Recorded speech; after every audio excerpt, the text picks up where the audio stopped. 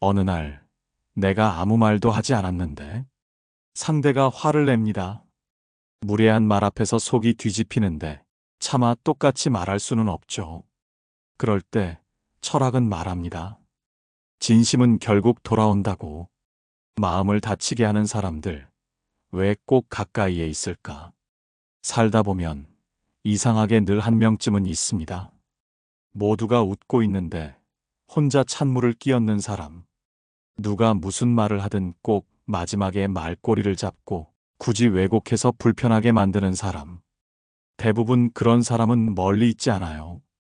가족 안에, 오랜 지인 사이에, 아니면 가까운 모임 안에서 늘 말을 꺼낼 때마다 마음이 조심스러워지는 사람. 그 사람이 진짜 무례해서가 아니라 나도 모르게 움츠러드는 경험이 반복되기 때문이죠. 우린 어릴 때부터 배워왔습니다. 예의 바르게 말해라. 나이 든 사람에겐 공손히 해라. 감정은 드러내지 말고 참아야 한다. 하지만 이상하게 그 예의를 가장 무시하는 사람은 바로 그 규칙에 기대어 군림하려 합니다. 철학자 쇼펜하우어는 말했습니다. 무례함은 상대의 인격이 아니라 자신의 상처에서 비롯된다. 그 말은 마치 바늘을 품은 사람은 손에 피를 묻히지 않고도 남을 찌를 수 있다는 이야기처럼 들리죠. 그렇다면 우리는 어떻게 해야 할까요? 바늘에 찔리지 않기 위해 바짝 긴장하며 거리를 둘까요? 아니면 나도 똑같은 가시를 세우고 맞서 싸워야 할까요? 대부분의 경우 그 둘 다 우리를 지치게 만듭니다. 그러다 어느 날 문득 깨닫습니다. 그 사람은 나를 바꾸려는 게 아니라 자신의 외로움을 누군가에게 넘기고 싶었던 거란 걸. 말이 아닌 감정으로 던지는 돌멩이는 사실 본인의 무게를 견디지 못해 쏟아내는 몸짓일지도 모릅니다. 그래서 진정한 힘은 똑같이 돌을 던지는 데 있지 않습니다. 오히려 그 돌을 들여다보는 데 있습니다. 왜 이 말을 지금 했을까? 이 말 뒤에 숨은 감정은 무엇일까? 사람의 말에는 두 가지가 있습니다. 입 밖으로 나오는 말과 마음속에 숨어 있는 말. 무례한 말은 마음속 말이 길을 잃었을 때 튀어나옵니다. 진심은 잃고 방어만 남은 말. 그리고 우리에게 필요한 건 그 말의 겉이 아니라 그림자를 바라보는 눈입니다. 그림자는 거짓말을 못하니까요. 아무리 웃고 있어도, 아무리 비꼬아 말해도 그 안에 깃든 외로움, 분노, 불안은 그림자처럼 드러나거든요. 그림자를 본 사람은 더 이상 말에 휘둘리지 않습니다. 그 사람을 이기려 하지 않고 다만 흔들리지 않을 중심을 찾아갑니다. 말투 하나 바꿨을 뿐인데 그 사람의 눈빛이 달라졌어요. 우리는 늘 말의 내용에 집중합니다. 뭐라고 했는지, 무슨 뜻인지, 어떻게 반박할지. 하지만 정작 상대가 반응하는 건 그 말의 내용이 아니라 기운입니다. 똑같은 말을 해도 싸움이 되고 어떤 말은 듣는 순간 마음이 무너집니다. 말은 칼이 아니에요. 하지만 칼보다 깊게 베일 수 있습니다. 특히 가까운 사람에게서 나온 말은 표정 하나, 어조 하나가 온몸에 새겨지죠. 어느 날 지인이 모임 자리에서 또 말을 끊었습니다. 말을 비꼬듯 받아치고 모두를 불편하게 만들었죠. 평소 같았으면 속으로 삼키며 넘겼을 거예요. 하지만 그날은 달랐어요. 그렇게 말씀하시니까 조금 서운하네요. 혹시 제가 뭘 잘못했을까요? 그 말이 나오는 순간 주변이 잠시 조용해졌고 그 사람의 눈빛이 흔들렸습니다. 이건 공격이 아닙니다. 방어도 아니고 회피도 아니죠. 이건 내 마음을 꺼내는 말입니다. 사람들은 대부분 자신의 말이 남에게 상처를 줄 거라곤 생각하지 않고 내뱉습니다.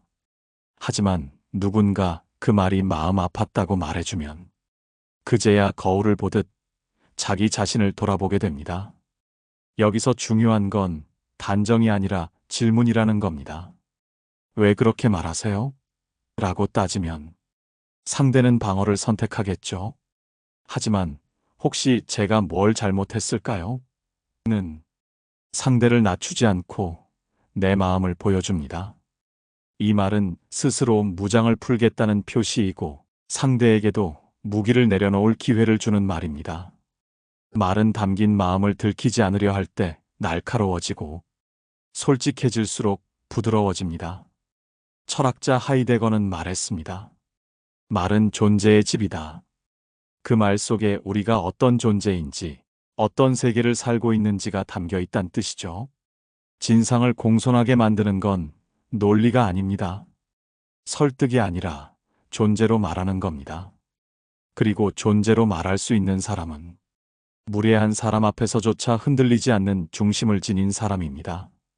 말보다 강한 침묵, 어떻게 진상을 멈추게 할까? 말이 많아질수록 우리는 점점 더 멀어집니다. 설명하려 애쓰고 이해받으려 애쓰고 결국 목소리만 높아지고 나면 남는 건 허무한 침묵뿐이죠. 하지만 침묵이 늘 회피는 아닙니다. 어떤 침묵은 말보다 훨씬 선명하게 울립니다. 그날도 그랬습니다. 익숙한 무례함이 또 시작되었고 모두가 애써 웃으며 분위기를 모면하려던 찰나 그때 나는 아무 말도 하지 않았습니다. 표정도 바꾸지 않고 단지 그 말을 바라보았을 뿐입니다. 반박도 동의도 외면도 없이. 그건 단순한 침묵이 아니었습니다. 내가 너의 말에 끌려가지 않겠다는 침묵. 그 말은 나에게 닿지 않는다는 선언 같은 고요함이었죠. 그 순간 상대는 잠시 말을 멈췄습니다. 주위를 둘러보았고 자신의 말이 어디로 향하는지 혼자 확인하듯 눈빛을 피했습니다. 말이 길어지는 사람은 사실 침묵이 가장 두렵습니다. 자기 말이 부딪혀야 안심할 수 있는 사람은 누군가 가만히 바라보는 눈빛 앞에서 자기 안의 소음을 처음 듣게 됩니다. 침묵은 무력한 포기가 아니라 무너지지 않겠다는 선택입니다. 철학자 라캉은 응시라는 개념을 말했습니다. 어떤 시선은 말을 넘어서 상대를 흔든다고요. 그 침묵 안에는 분명한 경계가 있습니다. 이 말은 받아들이지 않겠다는 선언이자 그래도 나는 당신을 사람으로 보고 있다는 마지막 존중. 진상은 말로 제압되지 않습니다. 그들도 누군가의 말 앞에서 무수히 깎여본 사람들이기에 말에 나를 더 세우고 살아가는 겁니다. 하지만 침묵은 날이 없습니다. 대신 무게가 있죠. 그 무게는 말보다 오래 남습니다. 그 침묵을 마주한 사람은 자신의 말이 너무 가벼웠다는 걸 처음으로 느끼게 됩니다. 말 많은 사람일수록 더 절실하게 듣고 싶어 하는 게 있어요. 우리는 흔히 착각합니다. 소리를 많이 내는 사람은 귀가 닫혀 있다고요. 하지만 실은 그 사람일수록 누군가의 말이 아니라 자기의 말을 처음부터 끝까지 누가 들어주기를 간절히 바라고 있습니다. 진상처럼 굴고 분위기를 깨고 감정을 마구 쏟아내는 이유는 사실 단 하나, 누구도 자기 이야기를 들어주지 않았기 때문입니다. 그들은 늘 끊겼고 오해받았고 자기 마음이 뭔지도 모른 채 말만 키워왔습니다. 그래서 말이 점점 삐뚤어지는 겁니다. 마음은 여린데 표현은 거칠어지고 사실은 말하고 싶은 게 너무 많아 제일 중요한 걸 놓쳐버린 사람이 된 거죠. 그럴 때 우리가 할 수 있는 건 논쟁이 아니라 들음입니다. 단지 듣는 게 아니라 그 사람이 자기 말이 끝날 때까지 한 번도 끼어들지 않고 표정으로도 판단하지 않고 당신의 이야기를 듣고 있습니다라고 몸으로 보여주는 거죠. 그 경험을 처음 받는 사람은 처음엔 불안해합니다. 왜 반응이 없지? 왜 맞서지 않지? 이 사람도 날 무시하나? 그러다 어느 순간 말이 천천히 느려집니다. 목소리가 낮아지고 말끝에 어색한 공백이 생깁니다. 그건 마음의 속도가 줄어든다는 뜻입니다. 들어주는 사람 앞에서만 일어나는 변화입니다. 이야기를 들어주는 건 생각보다 더 큰 용기를 필요로 합니다. 누군가의 아픔을 마주하고 불편한 감정을 잠시 내 안에 함께 놓는 일이니까요. 철학자 비트겐 슈타인은 이렇게 말했습니다. 내가 이해할 수 없는 감정은 그저 아직 내가 충분히 가까이 있지 않다는 뜻이다.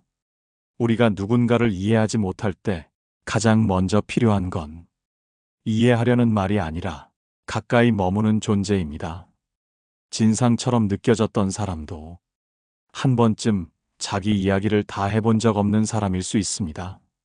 그 말을 다 털어놓고 나서야 비로소 공손해지는 마음이 생깁니다. 왜냐면 자신이 존중받는다는 걸 말이 아닌 귀로 처음 느꼈기 때문이죠. 그 사람을 이해한 후에도 나는 무너지지 않아야 해요. 어떤 사람을 이해하려고 노력한 끝에 우리는 묘한 혼란을 겪습니다. 그 사람도 아프구나라고 느낀 순간 그 사람의 말과 행동이 더 이상 예전처럼만 보이진 않거든요. 하지만 동시에 이런 생각도 들죠. 그렇다고 이대로 다 받아줘야 하나? 나만 참고 나만 들어줘야 하나? 공감은 때로 칼이 됩니다. 다른 사람의 고통을 들여다보는 일이 내 마음의 살갗을 얇게 만들어 조금만 스쳐도 쉽게 아프게 하니까요. 그래서 정말 중요한 건 상대의 아픔을 받아들이되 내 마음까지 그 아픔에 흘려보내지 않는 겁니다. 한 상담가는 말했습니다. 공감이란 그 사람 옆에 앉는 것이지 그 사람의 감정에 빠져 허우적대는 게 아니다. 이 말이 주는 울림은 깊습니다. 우리는 자주 너무 가까이 다가가려다 내가 나를 놓쳐버리는 실수를 합니다. 그래서 우리는 경계를 배워야 합니다. 단호하고 냉정한 벽이 아니라 지키되 밀어내지 않는 선. 예를 들어 이런 말. 당신 이야기를 들으면서 나도 많이 느꼈어요. 하지만 그 감정이 제 일상이 되지는 않았으면 해요. 혹은 당신의 어려움을 알고 있어요. 그래서 더 이상 상처 주는 말은 하지 않았으면 좋겠어요. 이건 부탁이 아닙니다. 경계를 세우는 존중의 말이자 공감을 지키는 방식이기도 합니다. 철학자 레비나스는 타자에 대한 응답 책임을 이야기했습니다. 누군가를 사람으로 바라보는 순간 우리는 그 존재 앞에서 무언가를 책임지게 된다고요. 하지만 그 책임이 내가 그를 바꿔야 한다는 부담이 되면 우리는 지치고 결국 관계를 놓아버리게 됩니다. 책임이란 때로 나는 나의 자리를 지킨다는 선택에서 시작됩니다. 누군가의 말을 듣고 그 마음을 이해하면서도 내 일상, 내 감정, 내 자존감을 조용히 보호할 수 있어야 합니다. 진상을 공손하게 만드는 것은 결국 그 사람을 변화시키는 일이 아니라 내가 내 마음을 지키면서 여전히 사람으로 대하는 태도에서 시작되는 겁니다. 무례한 사람 한 명, 분위기를 바꾸는 건 나였어요. 모임에서 단 한 사람만 날카롭고 시끄러워도 분위기는 빠르게 흐려집니다. 처음엔 조심하던 말투가 어느새 사라지고 다들 어색한 웃음과 눈치 속에서 제각기 마음의 문을 닫아버리죠. 우리는 그렇게 그 사람 때문에 좋은 시간을 망쳤다고 생각합니다. 하지만 정말 그럴까요? 그 사람은 한 명인데 왜 우리는 모두 그 말에 이끌릴까요? 사실은요, 그 사람이 아니라 그 사람이 만든 파동이 문제입니다. 말이 아니라 말 뒤에 있는 기운이 순식간에 모두를 긴장하게 만들기 때문이죠. 그 파동은 말보다 빠릅니다. 눈빛, 숨소리, 팔짱을 끼는 작은 몸짓 하나로 우리는 이미 스스로의 감정을 움켜쥐게 되죠. 그럴 땐 누군가 하나 그 흐름을 끊어야 합니다. 공격적으로가 아니라 묵직하게 중심을 지닌 채로. 그날 모임에서 익숙한 불편함이 시작되었고 사람들이 하나둘씩 입을 닫아갈 때 나는 물을 한 모금 마시고 말했습니다. 지금 이야기 다들 좀 불편하지 않으세요? 서로 조금 쉬어가도 좋을 것 같아요. 그 한마디는 정답도 아니고 누군가를 정죄하는 말도 아니었지만 분위기를 살짝 틀어주는 바람이 되었습니다. 바람은 세상을 밀지 않습니다. 그저 방향을 바꿔줄 뿐이죠. 그 순간 사람들이 웃었고 누군가는 고개를 끄덕였고 그 사람조차 더 이상 말을 이어가지 않았습니다. 철학자 한나 아렌트는 말과 행동은 세상을 함께 만드는 힘이라 말했습니다. 말은 공간을 만들고 그 안에서 행동이 시작된다고요. 당신의 말이 단 한 줄기 빛이 되어 모임 전체의 공기를 바꿀 수 있습니다. 진상은 그 분위기 속에서 더 이상 힘을 쓸 수 없습니다. 무례함은 외로움에서 시작되지만 공감과 존중의 분위기에서는 스스로 힘을 잃거든요. 당신이 만든 그 조용한 울림이 다른 사람에게도 용기가 됩니다. 누군가는 속으로 이렇게 생각할지도 몰라요. 아, 나도 이제 저렇게 말해도 되는구나. 그 말 한마디에 사람의 태도가 달라지더라고요. 무례했던 사람에게도 어느 순간 아주 작고도 조용한 변화가 찾아옵니다. 그건 보통 예상치 못한 말 한마디에서 시작돼요. 훈계도 아니고 설득도 아니고 오히려 너무 평범해서 그냥 흘려들을 수도 있는 말. 하지만 그 말이 마음에 작은 금을 내는 순간이 있습니다. 그 얘기 들으니까 마음이 좀 아프네요. 나는 그런 식으로 느껴본 적이 없어서 지금 생각하게 돼요. 당신 이야기가 계속 마음에 남네요. 이런 말은 공격도 방어도 아닙니다. 그냥 하나의 느낌을 조용히 건네는 말. 말이 많고 센 사람들은 늘 자신이 이겨야 한다고 생각합니다. 그래서 누군가와 대화를 해도 그 사람을 향해 말하는 게 아니라 자기 속을 비워내듯 일방적으로 쏟아내는 거죠. 하지만 그런 말 앞에 내 마음을 조용히 꺼내면 그제야 상대라는 존재가 보이기 시작합니다. 말을 멈추는 사람은 패배에서 멈추는 게 아닙니다. 들렸기 때문에 멈추는 겁니다. 그 말이 마음에 닿았다는 뜻이고 그 말이 자기를 비추는 거울이 되었다는 증거입니다. 철학자 루트비히 비트겐슈타인은 말했습니다. 말은 세계의 경계를 나타낸다.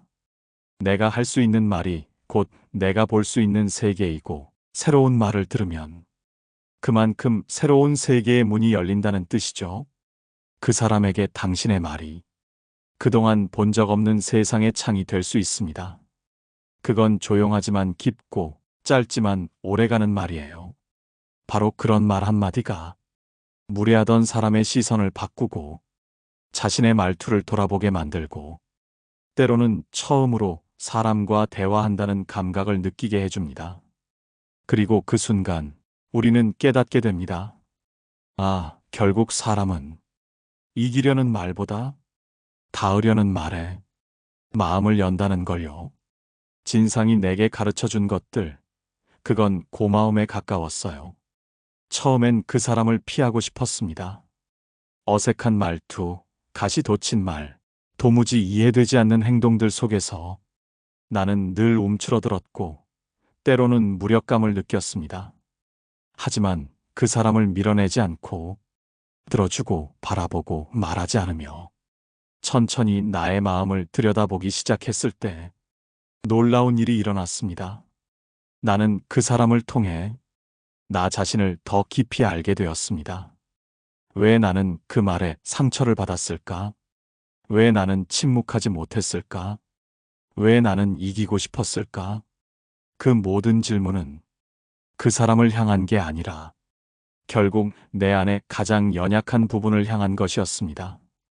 진상은 거울이었습니다. 거칠고 삐뚤어진 말들 속에서 나는 나의 조급함, 인정받고 싶음, 사람에게 잘 보이고 싶은 불안을 마주했습니다. 그 사람은 단지 내 안의 감정들을 건드리는 존재였을 뿐이었죠. 그렇게 생각하니 어느 순간 이상한 감정이 생겼습니다. 고마움. 내가 누구인지, 내가 어떤 사람이고 싶은지, 내가 무엇을 감당할 수 있는지를 그 사람 덕분에 더 분명하게 보게 된 겁니다. 물론 여전히 그 사람의 말은 불편합니다. 완전히 바뀌지도 않았고 앞으로도 자주 불쑥불쑥 올라올지도 모릅니다. 하지만 지금의 나는 예전처럼 흔들리지 않습니다. 왜냐하면 이제는 알고 있기 때문이죠. 말이 아니라 그 사람의 마음을 보는 법. 분노가 아니라 그 안의 외로움을 느끼는 법. 그리고 무엇보다 그 순간 내 마음을 지키는 법을. 철학자 니체는 말했습니다. 당신을 괴롭히는 자를 미워하지 마라. 그는 당신이 견딜 수 있는 만큼만 당신을 단련시킨다. 진상이라는 이름 뒤에 숨은 사람도 결국은 나와 똑같이 사랑받고 싶고 이해받고 싶은 존재였음을 나는 이제 압니다. 그걸 알게 된 순간 나는 그 사람을 용서한 게 아니라 나를 조금 더 이해하게 된 것이죠. 내가 던진 말 한 줄이 누군가의 마음에 남는 순간 언젠가 모임이 끝난 뒤 그 사람이 조용히 다가와 말했습니다. 그때 당신이 했던 말, 나 요즘 계속 생각나요. 그 말 한 줄이 무심한 듯 흘렀던 순간 속에 그 사람 마음에 머물러 있었다는 걸 나는 그제야 알았습니다. 우린 자주 착각합니다. 말은 그 자리에서 사라진다고. 하지만 어떤 말은요, 사람의 마음에 작은 씨앗처럼 남아 어느 날 슬그머니 싹을 틔웁니다. 그 사람은 그 말을 듣는 순간엔 아무런 반응도 보이지 않았고 오히려 불편해하거나 피하는 듯 했지만 시간이 지나고 나서야 그 말의 결이 마음에 닿았다는 걸 털어놓았습니다. 말은 당장 변화를 만들지 않습니다. 하지만 마음속에서 오래 살아남는 말은 사람을 조용히 바꾸고 그 사람의 다음 말을 바꾸고 결국은 그 사람의 세계까지 바꾸기도 합니다. 우리가 진심으로 건넨 말은 어디서든 흔적을 남깁니다. 그 흔적은 어떤 날엔 위로가 되고 어떤 날엔 거울이 되며 어떤 날엔 결심이 됩니다. 말이란 참 묘한 힘이 있죠.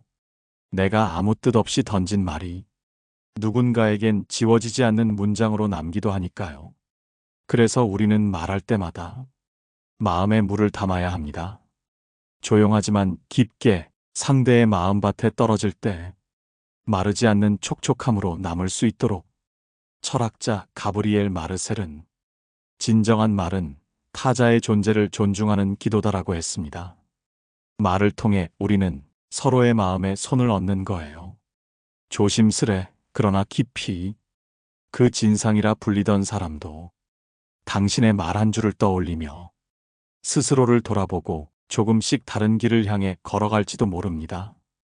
왜냐하면 그 말 안에는 비난이 아닌 이해가 있었고 회피가 아닌 마주함이 있었고 무기보다 강한 따뜻함이 있었기 때문이죠.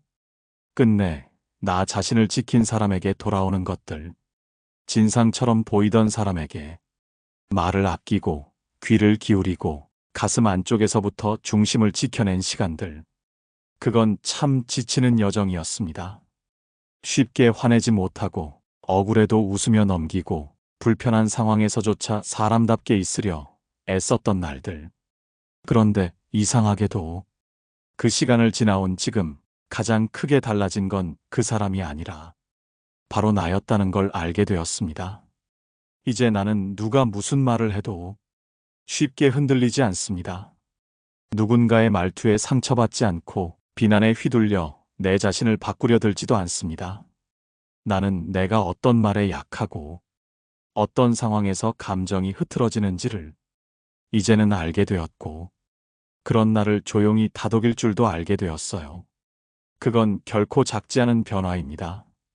마음이 단단해졌다는 뜻이고 누구 앞에서도 나를 잃지 않는 깊은 자존감이 생겼다는 증거이기도 하죠.